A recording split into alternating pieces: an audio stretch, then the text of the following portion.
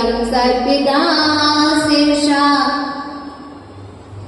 तेरी छत्र छाया भगवन मेरे सिर पर हो, मेरा अंतिम मरण समाधि तेरे दर पर हो।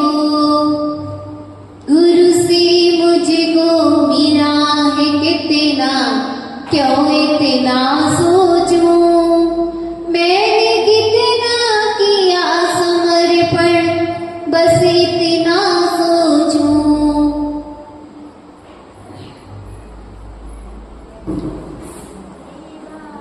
सेवा और समर्पण मेरा प्रतिवर बढ़ते क्रम पर हो, मेरा अंतिम मरण समाधि तेरे दर पर हो। तेरी छत्र छाया भगवन मेरे सिर पर हो, मेरा अंतिम मरण समाधि तेरे घर पर हो। देव चिंतन से पार्श्वनाथ भगवान की, मूलमय से आदिनाथ भगवान की, आचार्य से विराग सागर जी महाराज की, आचार्य से विभो सागर जी महाराज की, आरिका सिद्ध श्री माता जी की, तीन कमलों महामुनिराजों की, अहिंसा में विश्व धर्म की,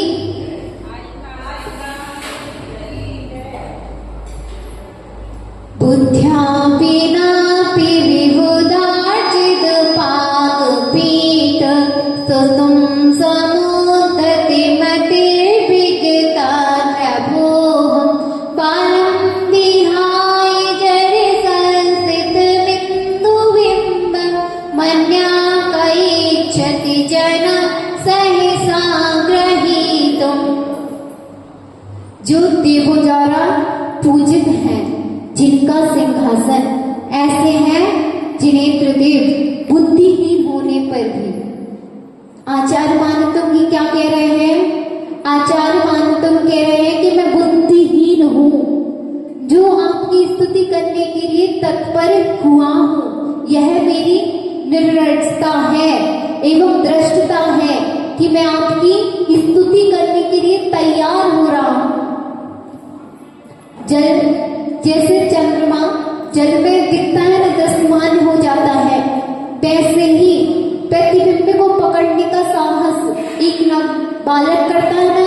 जैसे कि जल में जलाशय में बिंब दिखता है चंद्रमा का, तो उसको पकड़ने की चेष्टा कौन करता है? बालक करता है। उसी प्रकार मैं भी आपकी स्तुति करने के लिए निर्लज्ज और दृष्टापूर्ण रूप से आपकी ही भला जल कौन कर सकता है? अतिरिक्त कोई नहीं कर सकता है। क्या जलबिंब में प्रतिबिंब को कोई पकड़ सकता है? क्या नहीं पकड़ सकता है। उसी प्रकार क्या मैं आपकी भक्ति कर सकता हूँ? क्या नहीं कर सकता हूँ। तो आचार्य परमेश्वरी कह रहे हैं अपनी चेतना में देखो, अपनी चेतना में देखो। जैसे कि चेतना सम्यक दर्शन बिना न सम्यक ज्ञान हो सकता है, न सम्यक चारित्र हो सकता है। जैसे कि आप खेती करते हैं तो सबसे पहले बीज डालना पड़ता है। अंकुरित करने के लिए बीज डालते हैं, तो बीज डाला है तो बीज ना ठहरते हैं, चारित्र नहीं होगा तो बीज ठहरता है? क्या नहीं ठहरता है। जैसे कि चारित्र के बिना सम्यक दर्शन और सम्यक ज्ञान होगा तो कुछ कारण का नहीं है। वैसे ही अगर आपने बीज तो डाला है मगर ना वो ठहरता है ना वह उगेगा। कैसे?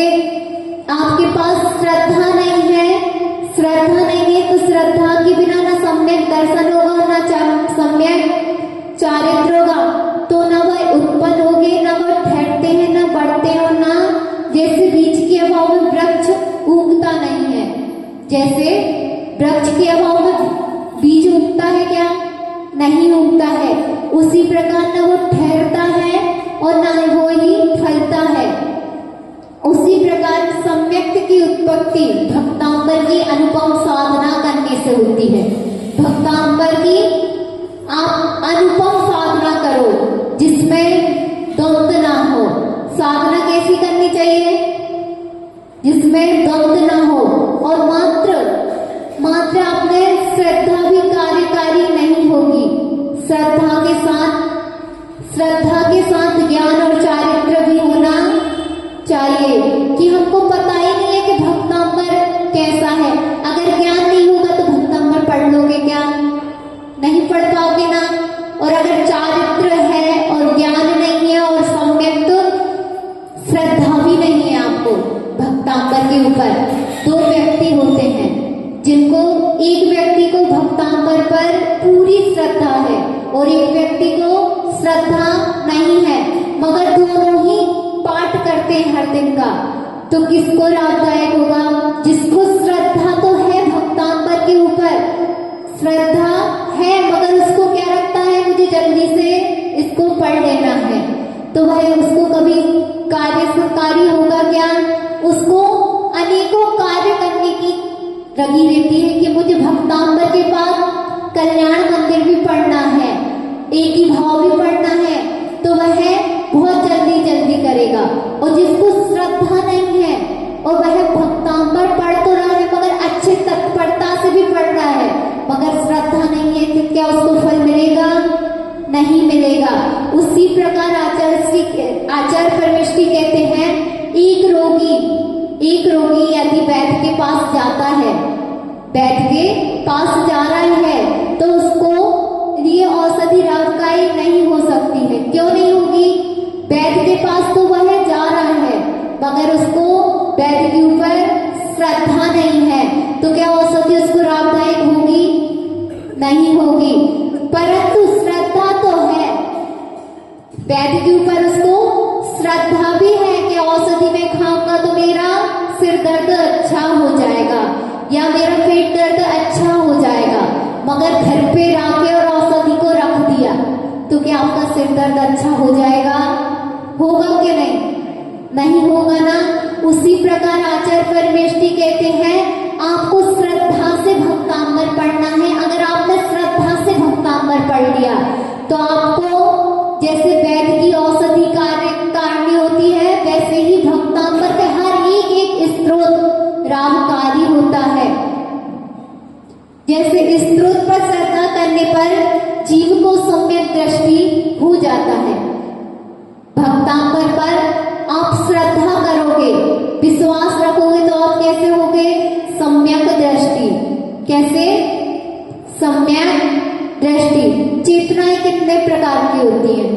चेतना कितने प्रकार की होती है? चेतना 3 प्रकार की होती है। कर्मफल चेतना, कर्म चेतना और ज्ञात चेतना। जिसमें कर्मफल चेतना किसके पास होती है? एक इंद्रिय जीव के पास। किसके पास होगी? एक इंद्रिय जीव के पास। एक इंद्रिय जीव कौन होता है? वनस्पति कर्मफल चेतना है, क्योंकि कर्मफल चेतना बारिश हो रही है तो भी खड़ा रहना है, उसको अपना कर्मफल तो भोगना ही पड़ेगा। जैसे गर्मी है तो गर्मी में भी वह तपता रहता है और ठंडी में भी वह तपता रहेगा, क्योंकि उसकी कर्मफल चेतना है। और कर्म चेतना किसकी होती है? 2 इंद्रिय जीव की। चींटी। कैसे? जैसे चींटी अपनी रक्षा कर सकती है क्या नहीं? कर सकती है। जैसे कि पानी आ रहा है तो पानी से वह बच जाती है, बचती है क्या नहीं? बच जाती है। आग से बच जाती है, तो वह कौन सी चेतना हुई? कर्म चेतना। और ज्ञान चेतना किसको होती है? ज्ञान चेतना पंच इंद्रिय जीव को होती है। किसको? पंच इंद्रिय जीव। कैसे? आप मनुष्य हैं, मनुष्य को पता है कि हम धर्म कर रहे हैं तो हम मोक्ष अवश्य ही जाएंगे क्या नहीं? जाएंगे। जैसे कि आप जैसे भी कर्म करोगे तो उसका फल किसको मिलेगा? किसको? खुद को स्वयं को मिलेगा, मिलेगा ना, ये आपको पता है, मगर वो दो इंद्रिय जीव को पता है क्या? नहीं पता है।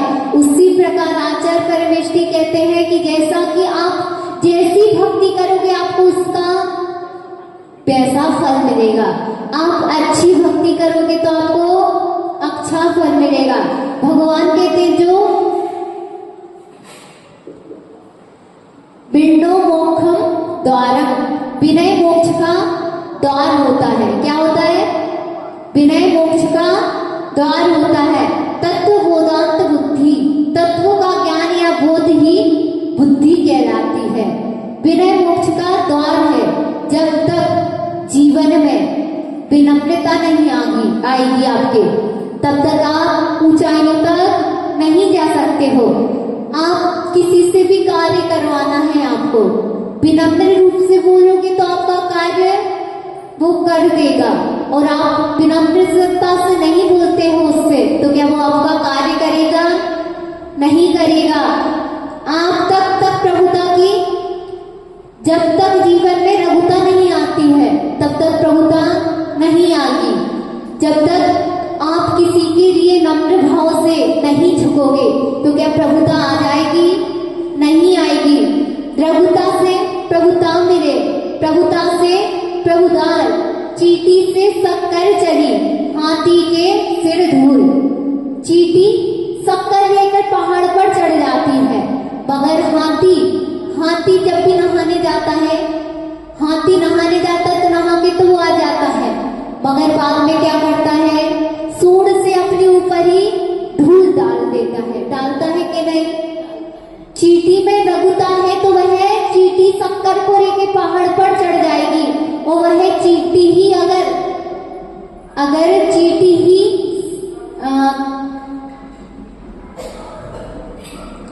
हाथी के सूंड में चली जाए, क्या वह एक छोटी सी भी चींटी इतने बड़े हाथी को परेशान कर सकती है क्या? नहीं। मगर चींटी क्या रघुता अपनी छोड़ेगी? नहीं छोड़ती है। वह किसी जीव को परेशान करेगी क्या? उसके भाव तो नहीं है कि मैं किसी को परेशान करूं। जहां नम्रता होती है वहां कार्य की सिद्धि हो जाती है क्या? नहीं होती है। जहां नम्रता होगी वहां कार्य की सिद्धि हो जाएगी। आचार्य मानतुंग का नाम ही भले मानतुंग था। आचार्य मानतुंग का नाम भले ही आचार्य मानतुंग था, लेकिन उनके अंदर नम्रता थी, विनम्रता थी क्या? थी। तभी उनके भाव निर्मल थे। वह दूसरों की उदारता के लिए सोचते रहते थे कि मैं इस स्रोत की रचना कर दूंगा तो यह संसार का भी भला हो जाएगा। क्या होगा? संसार का भला हो जाएगा। ऐसे अविरति हो चुके हैं। सिद्धालय में आप पहुंच गए। सिद्धालय में कितना सुख है, अनंत सुख है। यह सिद्धांत नहीं रखता, वस्तु परमात्मा सिद्धारण में रहता है, वह कभी भी नहीं उतरेगा। आचार्य परमेष्ठी कहते हैं आप मेरी श्रद्धा के सरोवर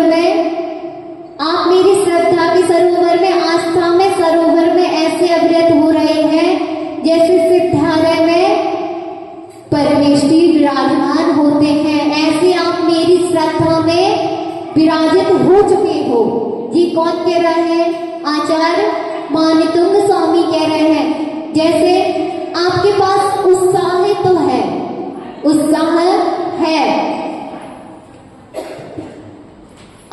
आचार्य परमेष्ठी कहते हैं यदि उत्साह अधिक है तो संख्या कम होने पर भी, ज्ञान कम होने पर भी वह कार्यकारी हो सकता है, पर उत्साह नहीं है तो कार्य नहीं होगा। जो कुश्ती करता है, कुश्तीवान बलवान होता है, वह कुश्ती हार जाता है। और जिस कुश्तीवान में उत्साह होगा तो वह कुश्ती को भी जीत जाता है। जैसे एक विद्यार्थी में ज्ञान भी है और वह अच्छे से पढ़ता भी है, मगर उसके पास उत्साह नहीं है, कि मैं पेपर देने तो जा रहा हूँ, क्या मैं पास हो पाऊंगा क्या नहीं। यह उसके पास उत्साह नहीं है तो वह क्या पास हो जाएगा? नहीं। अगर ज्ञान भी नहीं हो तो चल जाएगा, मगर उत्साह होना चाहिए। और वैसे ही हमको उत्साह पूर्वक क्या करनी चाहिए? भक्ति करनी चाहिए। हमको भक्तापन नहीं आता है, कोई बात नहीं, मगर हमको आज भगवान के गुणगान कर गाना तो आता है। आता है कि नहीं? आता है कि नहीं? आता है ना। वैसे जो हमारे भाव आ रहे हैं भगवान, हम आपका उससे गुणगान करेंगे, ना कि इस स्रोत को पढ़ पढ़ के। आचार्य परमेष्ठी कहते हैं कभी अपनी रचना तो बनाओ, कभी अपने मन से भाव तो प्रकट करो कि हमारे भाव भी क्या हैं। आप कभी भगवान के पास जाते हो, कभी आचार्य मानितंगी की ग्रंथ पढ़ देते हो, कभी एक ही भाव पढ़ देते हो, कभी कल्याण मंदिर पढ़ते हो, कभी आपने अपने भाव से पढ़ा है कि मैं भगवान आपके पास आया हूं तो मेरे कभी दूसरे का कब तक खाओगे? कभी अपना तो खाना, बासी रोटी कब तक खाओगे? कभी ताजी रोटी भी तो बनाना आता है कि नहीं? आप मम्मी के पास जाते हो, वो माँ से क्या अपने भाव प्रकट करते हो ना? करते हो क्या नहीं? वैसे ही भगवान के पास जाते हो तो अपने भाव प्रकट करना चाहिए क्या नहीं? करना चाहिए क्या नहीं? एक व्यक्ति था, उसके हाथ में एक राइटन थी। क्या थी? एक राइटन थी और वह पहाड़ पर जा रहा था। पहाड़ पर वह जा रहा था और रास्ते में उसको एक रागीर मिल गया और रागीर ने उससे पूछा, भैया तुम कहाँ जा रहे हो? तो वह कहता है कि मैं इस पहाड़ की चोटी पर जा रहा हूँ। मगर वह रागीर बोलता है कि भैया आपके हाथ में तो राइटर है और आप कहाँ जा रहे हो? पहाड़ की चोटी पर जा रहे हो, क्या पहुंच जाओगे? वह कहता है आप पहुंच जाओगे क्या? तो वह कहता है कि राइटर का उजाला 4 कदम आगे तक चलता है। कितने आगे तक चलेगा मेरे? 4 कदम आगे तक चलेगा। और मैं जैसे जैसे एक कदम बढ़ाऊंगा तो उजेरा भी एक कदम आगे बढ़ जाएगा। वैसे ही मैं किस पर पहुंच जाऊंगा? चोटी पर पहुंच जाऊंगा। मगर एक व्यक्ति फिर उसको मिला। हम जितने बढ़ते जाएंगे प्रकाश उतना आगे बढ़ता जाएगा। हम आपकी और हम अपनी मंजिल पर पहुंच जाएंगे। वैसे ही एक सीढ़ी पर चढ़ने से ही हम कहाँ पहुंच जाएंगे? मोक्ष पहुंच जाएंगे। पहुंचेंगे कि नहीं?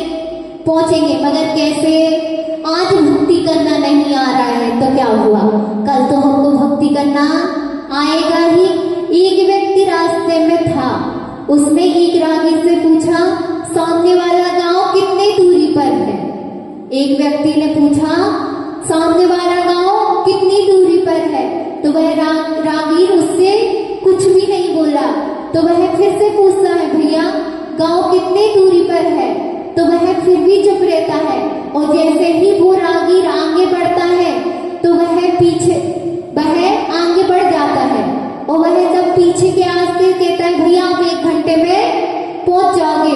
तो वह जिसने प्रश्न किया था, भैया कि मैं कितनी देर में गांव पर पहुंच जाऊंगा, तो वह कहता है कि आपने भैया पहले मैं 2-3 बार आपसे पूछा कि मैं कब तक उस गांव में पहुंच जाऊंगा, तो आपने उत्तर क्यों नहीं दिया? तो वह कहता है कि मैं पहले आपके कदमों की चाल को देख तो लूं कि आप कितने तक चल सकते हो। तो मैंने आपके कदमों को पकड़ लिया है कि आप कितनी देर में कहां तक पहुंच जाओगे। तो इसलिए मैंने आपको बता दिया कि आप 1 घंटे में 6 किलोमीटर चल जाओगे।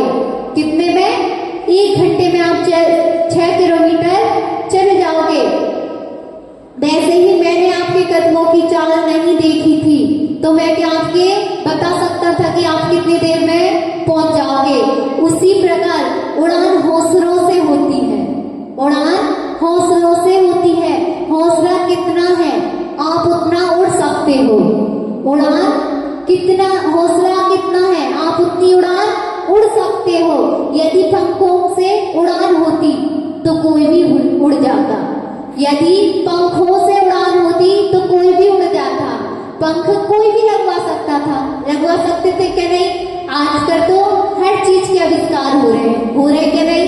पंख भी आ गए, मगर पंखों से उड़ान नहीं होती है। किससे उड़ान नहीं होती है? पंखों से उड़ान नहीं होती है, हौसले से उड़ान होती है। हौसले होंगे तो उत्साह शक्ति सबसे बड़ी होती है। उत्साह अगर आपके पास है, उत्साह आपके पास है, तो पराजित होती हुई सेना भी विजय प्राप्त हो सकती है। हो सकती है क्या नहीं? देखने से अनेक युद्ध ऐसे हुए जो मात्र एक उत्साह इसके साथ होते थे।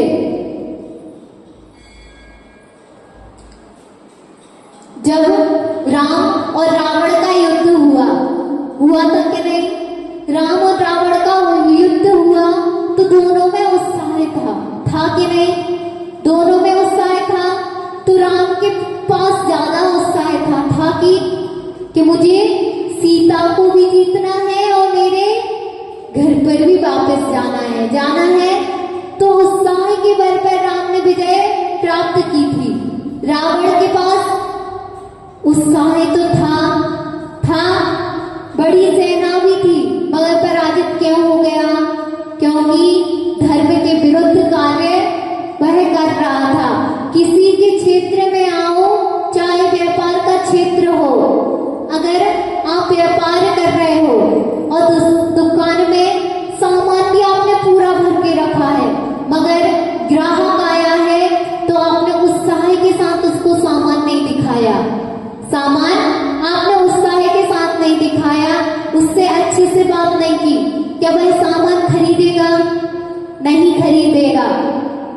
अगर आपने उत्साह है तो जो एक सामान लेने आ रहा है आपसे, वह 10 सामान लेकर चला जाएगा कि नहीं? जाएगा ना? आप लोग का मौन है क्या? नहीं है ना? मैं क्यों कर्तव्यवाद पूरा हूं? आचार्य परमेष्ठी कहते हैं कि मुझे कर्तव्यवाद नहीं बनना है। मुझ में इतनी शक्ति नहीं है कि भगवान में आपकी स्तुति कर सकूं। जैसे कि एक इंसान मकान बनाते हैं, आप लोग मकान बनाते हो तो मिस्त्री भी आता है, ईंट भी आती है और गिट्टी भी आती है और सीमेंट भी आती है, तब जाके तो मकान बन पाएगा। मगर अपन क्या कहते हैं? भैया मैं तो मकान बनवा रहा हूं। क्या आप मकान बना रहे हो? कौन बना रहा है मकान? मकान तो मिस्त्री बना रहा है। मिस्त्री के पास अगर ईंट और गिट्टी और सीमेंट नहीं होगी तो क्या वो मकान बना देगा? नहीं बना पाएगा। उसी प्रकार जैसे मीरा की कहानी,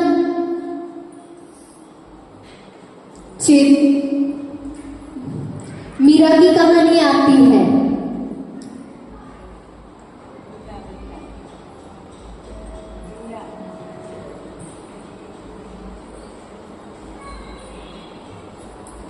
एक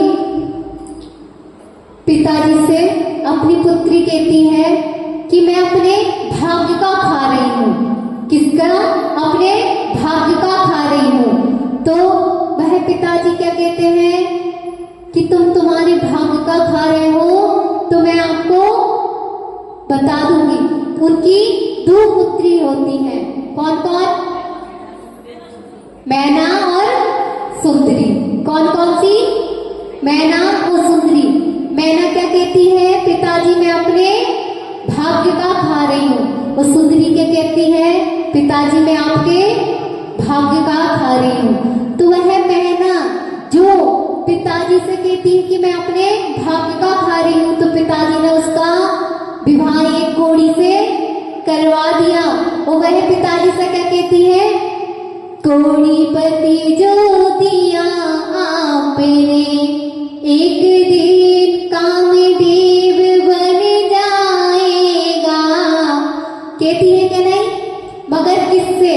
भक्ति के प्रभाव से। किससे? भक्ति के प्रभाव से। जो आपने कोड़ीपति भी दिया है वह नहीं एक दिन कामदेव बन जाएगा। मगर किससे? अपने कर्मों से और किससे? भक्ति से। उसने भक्ति की तो किसने कोड़ियों को का कोड़ अच्छा कर दिया?